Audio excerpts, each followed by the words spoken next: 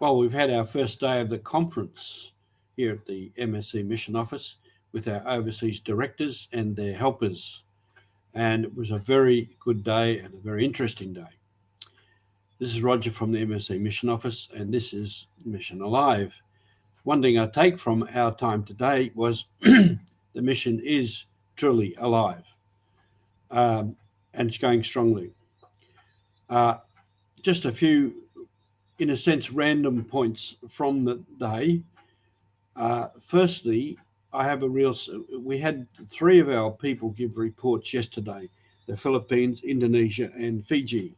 Not Fiji, the Pacific. Because in the Pacific, we have MSCs present in something like six different nations, and the mission office looks after all of them. My first impression from them is these mission office directors and their helpers and their boards are becoming more mature, more experienced, and more responsible in their work. And we will help them during this time to do more of that. Now, a few points from each of them. It's not the whole report. Excuse me. A few points. In the Philippines, of course, the standout there for them is the Centre for the Poor run by Father Richie Gomez. And we've talked a lot about Richie, and I hope to bring him to you with a short video. All the many things that he does there and the lives that he affects.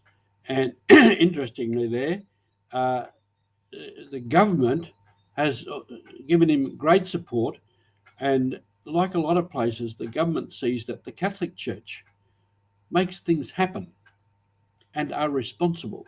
We don't waste money, and good things happen through the works that we do. And this is worth considering. The world today, where the church is suffering, and probably rightly so, but the church is doing great work. And Richie's Centre for the Poor is one of them. The other thing they do there quite well is when they have the calamities, especially the typhoons. And typhoons rip through the Philippines on a regular basis. And somebody commented once that's why a lot of the Filipino people are so resilient. They regularly get wrecked and their lives absolutely destroyed, and they keep coming back. But the mission office there, of themselves, their own initiative, do fundraising to assist with relief in the calamities. They go to all their MSC parishes, even their own families and friends, and all their contacts, and put it out generally on Facebook and wherever they can. And they and then they give firstly immediate relief, probably food, shelter, clothing, and then they follow up and see, and often they give assistance for iron sheeting for houses and repair of houses. Indonesia, one of the things I learned there from them was they, in that part of the world, in Sulawesi and Manado and Kalimantan and those places, scattered islands, difficulty of travel. They have to travel by plane, which is expensive.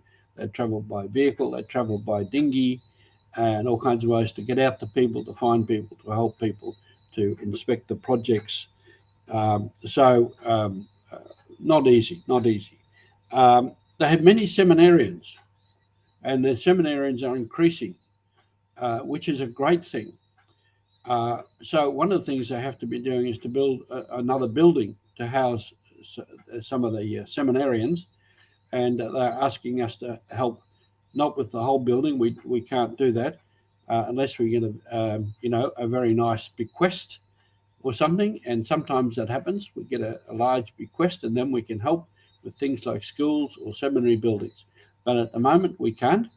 But they're asking us to help with the water side of that building, and they'll give us details of that in due course. The other one reported yesterday was Fiji. Now, they too have great difficulty with distance and water, and to travel out to places, it's very expensive to go by plane.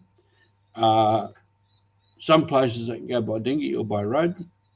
They were mentioning one place where there's a project, and the only way to get there is by ferry once a month. So I'd imagine if you go by ferry and you stay overnight, then you're there for the month until the ferry comes back again. So that's the difficulty. Again, the difficulty getting water tanks out to these places, of inspecting the project. Otherwise, they simply have to rely on those people on the ground that will give reports.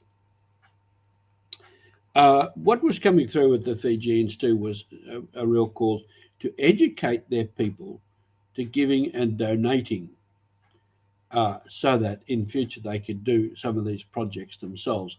And this is something we are pushing from the Mission Office to, in many of the countries, to have them start their own fundraising schemes and do projects themselves. This would do two things. It would make it more their own, not depending on the Australian MSC Mission Office, would increase the number of projects that we can do, and would help them also to become a more self-reliant mission office, self-reliant province, self-reliant church.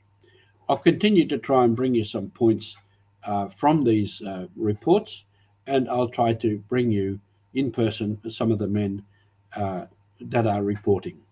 Thank you for being with us, and thank you for being on mission. Go ahead today on your mission.